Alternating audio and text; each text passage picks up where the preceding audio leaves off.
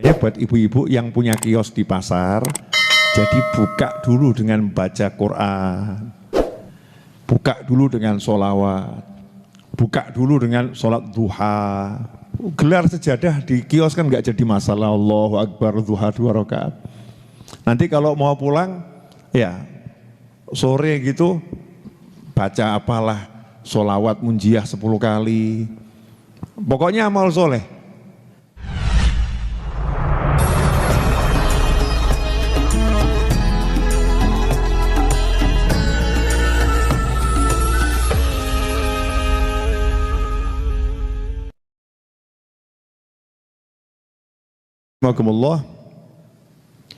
Orang-orang dulu itu menjadikan urusan dunia itu di tengah-tengah.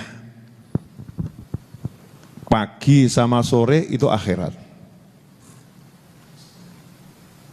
Setelah pagi duha sampai menjelang sore, ya itu cari dunia, artinya cari penghidupan, ma'isyah, bekerja.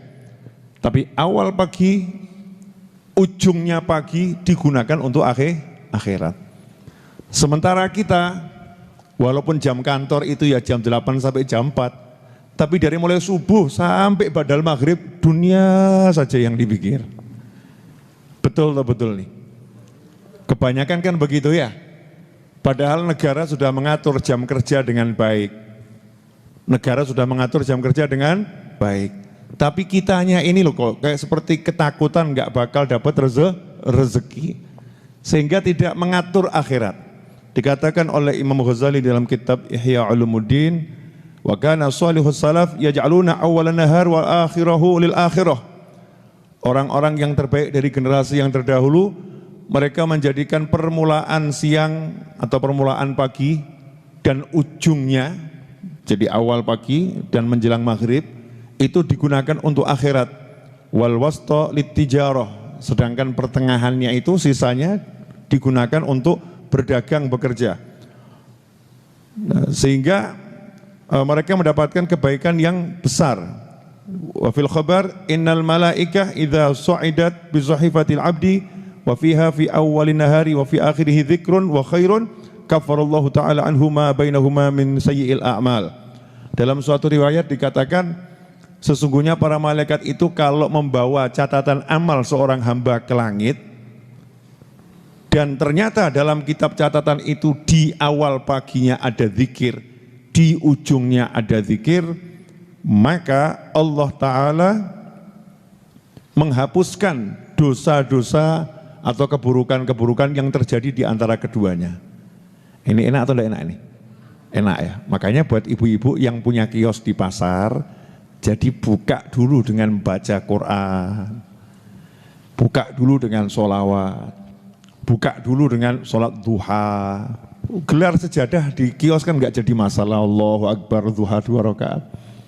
Nanti kalau mau pulang, ya sore gitu baca apalah, sholawat munjiah 10 kali. Pokoknya amal soleh, ya, atau baca Al-Quran setengah juz, seperempat juz. Sehingga di awal dan di akhirnya itu dia sudah baik, sehingga yang terjadi di antara keduanya akan dihapuskan keburukannya oleh Allah Subhanahu wa Ta'ala, akan diampuni. Sudah mikir gitu belum? Yes, pokoknya yes begitu Bib. Jalani saja kehidupan, ngerti-ngerti lak mati. Naudzubillah min dzalik. Kalau kita begitu kan seperti kambing, jalani kehidupan, tato nanti waktu Idul Adha disembelih kambingnya, waktu ada orang punya hajat akikoh disembelih, gitu kan ya. Nah kita kan juga nunggu dicabut sama malaikat Israel alaihissalam. Lah pengennya dicabutnya banyak dosa atau enggak punya dosa? Enggak punya dosa, maka ya perhatian, wong kita ini sadar kegiatan di pasar itu banyak keburukan, kegiatan di luar pasar juga banyak keburukan. Maka awal pagi dan akhirnya sore ini yuk isi dengan kebaikan, seperti sore hari ini. Ya, sore hari ini kita udah mengisinya dengan kebaikan, sehingga insya Allah yang terjadi di antara pagi sampai sore, kalau ada yang buruk-buruk dihapuskan oleh Allah Subhanahu wa Ta'ala. Kemudian para ulama mengajarkan, ini ajarannya ulama, Boleh diamalkan, boleh tidak. Tapi ulama itu warathatul anbiya, para ulama itu pewarisnya para nabi. Jadi ulama itu kalau buat ajaran nggak sembarangan. Ajarannya ulama itu warisannya nabi. Sebagian dapat dari ijtihad, sebagian dapat dari ilham dari Allah Ta'ala, sebagian dapat dari mimpi diajari Nabi Muhammad SAW. Ya, banyak itu. Para ulama mendapatkan ilmu dari Allah Subhanahu wa Ta'ala. Dikatakan dalam sebuah riwayat, malaikat siang dan malaikat malam itu ketika matahari terbit dan ketika sholat asar bertemu. Jadi malaikat yang tugas malam itu kalau mau balik ke langit, kan ada shift-shiftannya, ada malaikat malam, ada malaikat siang. Tahu bubaran pabrik itu, yang shift malam itu nanti ketemu sama shift siang, ya ada jamnya sekian, gantian karyawan. Nah ini karyawan langit juga ada gantian, ada malaikat malam, ada malaikat siang. Nah itu malaikat malam itu dia selesai tugasnya waktu subuh. Sementara malaikat siang selesai tugasnya setelah sholat asar. Sehingga kalau setelah sholat subuh dan setelah sholat asar, malaikatnya itu ketemu. Ya, malaikatnya ketemu, salaman dulu. Dah saya kembali ke langit dulu ya, ganti ijol ya. Salaman balik ke langit ijol ya. Malaikatnya seperti itu. Nanti Allah Ta'ala bertanya kepada para malaikat. Sementara Allah Maha mengetahui. Kaifa taraktum ibadi? Bagaimana kalian tinggalkan hamba-hambaku? Fayaqulun taraknahum wa hum yusallun. Ya Allah, kami tinggalkan mereka dalam keadaan sedang sholat. Ini malaikat subuh yang balik ke langit laporan. Kami tinggalkan mereka lagi sholat subuh. Betul ya? Nah malaikat siang yang balik ke langit diganti malaikat yang malam datang, oplosan ya. Yang malaikat siang balik ke langit ditanya sama Allah Subhanahu wa Ta'ala, maka juga menjawab bahwasanya mereka kami tinggalkan dalam keadaan sholat, dan ketika kami datang itu juga dalam keadaan sholat. Karena itulah Allah menyebutkan dalam riwayat tersebut, ushidukum anni qad ghafartu lahum. Wahai malaikat, jadilah kalian semua saksi atas ucapanku ini, bahwasanya aku telah mengampuni mereka semua. Nah di sini resep, siapa yang pengen satu hari itu diampuni terus, jangan tinggalkan sholat subuh dan sholat asar berjamaah. Makanya kemudian ada amalan dari para habaib dan para kiai, itu kalau selesai sholat subuh, selesai sholat asar, selesai dzikir wirid, kemudian bangun salaman sambil sholawatan itu kan, sallallahu ala Muhammad sallallahu alaihi wasallam, dan sholawat macam-macam tuh. Setiap ulama punya sholawatnya sendiri. Nah sambil salaman, biar apa? Siapa tahu itu ada malaikat yang ikut salaman. Nah kita jabat salaman malaikat. Ya, karena malaikat itu ada yang nyamar. Malaikat itu ada yang nyamar jadi manusia. Nah ini cara mengelola. Biar pagi sama sore bagus. Biar pagi sama sore bagus. Nah ini buat yang kerjanya di pasar, jangan sampai sholat subuhnya enggak jamaah. Jangan sampai sholat asarnya enggak jamaah. Yang punya kios di pasar, yang punya toko di pasar, yang hidupnya di pasar terus di mall, di supermarket. Pokoknya subuh sama asar minimal paling sedikit. Itu sholatnya berjamaah. Sehingga kita termasuk yang disaksikan oleh para malaikat. Ikhwani rahimakumullah.